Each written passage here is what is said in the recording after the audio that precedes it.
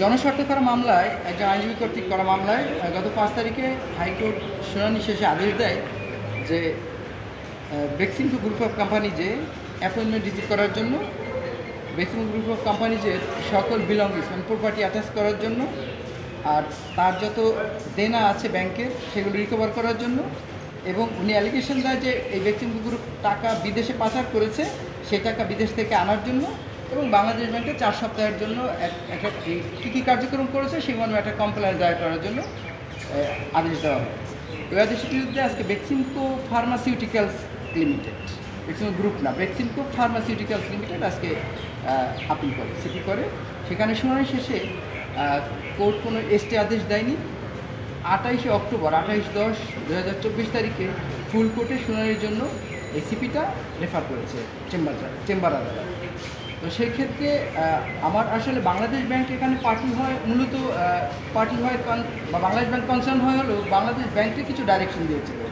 যেই ডাইরেকশন বাংলাদেশ ব্যাংকে দিয়েছে সেই direction Bangladesh bank copy receive করার পরে বাংলাদেশ ব্যাংক সেখানে আনটিল আনলেস এই অর্ডার স্টে হয় বা এই অর্ডার সেটাসাইড হয় না হওয়া পর্যন্ত বাংলাদেশ ব্যাংকের কিছু কিছু কাজে নামতে বাংলাদেশ ব্যাংক কিন্তু মিটানে সকল ধরনের কার্যক্রম তাদের আইনজীবীর সাথে পরামর্শ করে সকল ধরনের কার্যক্রম বাংলাদেশ ব্যাংক অলরেডি হাত দিয়েছে।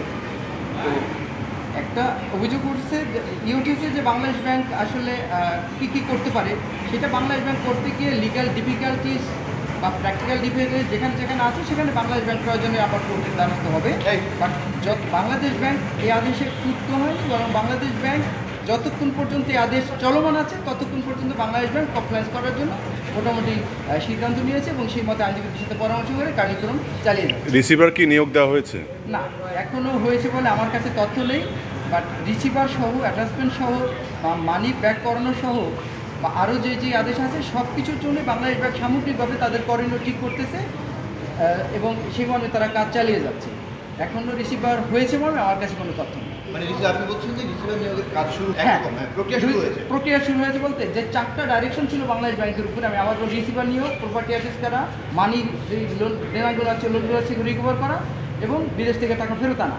এই 4টা ডাইরেকশন ছিল। আরেকটা ছিল যে কোর্টকে এটা 4 সপ্তাহের মধ্যে জানানো। এই 4টা ডাইরেকশনকে সামগ্রিকভাবে একত্রে নিয়ে বাংলাদেশ ব্যাংক কার্যক্রম শুরু করেছে। বাংলাদেশ ব্যাংক পরে গিয়ে হয়তো দেখবে কোথাও লিগাল ডিফিকাল্টি কোথাও কিছু থাকলে সেটা বাংলাদেশ ব্যাংক পরে আদালতে আসবে নেসেসারি মনে করলে। বাট আদালতের আদেশ বাস্তবায়নের জন্য বাংলাদেশ ব্যাংক সামগ্রিকভাবে কার্যক্রম শুরু করে। তাহলে 28 তারিখে কি হবে? 28 অক্টোবর ফুল হিয়ারিং হবে ফুল কোর্টে। সেখানে আবার এই আদেশটার পরিণতি যা হয় ঠিক সেই মর্মে বাংলাদেশ ব্যাংকের কার্যক্রম ঠিক ওইটার উপরে নির্ভরশীল। এমনি তো আপনাদের কার্যক্রম চলবে বাংলাদেশ ব্যাংকের? হ্যাঁ, এখন বাংলাদেশ ব্যাংকের কার্যক্রম চলছে, কারণ বাংলাদেশ ব্যাংক তো কোর্টের ডাইরেকশনকে আর ভায়োলেট করতে পারে না। ডাইরেকশন পেয়ে তো বাংলাদেশ ব্যাংক চুপ করে থাকতে পারে না। বাংলাদেশ ব্যাংক কার্যক্রম চালিয়ে যাচ্ছে।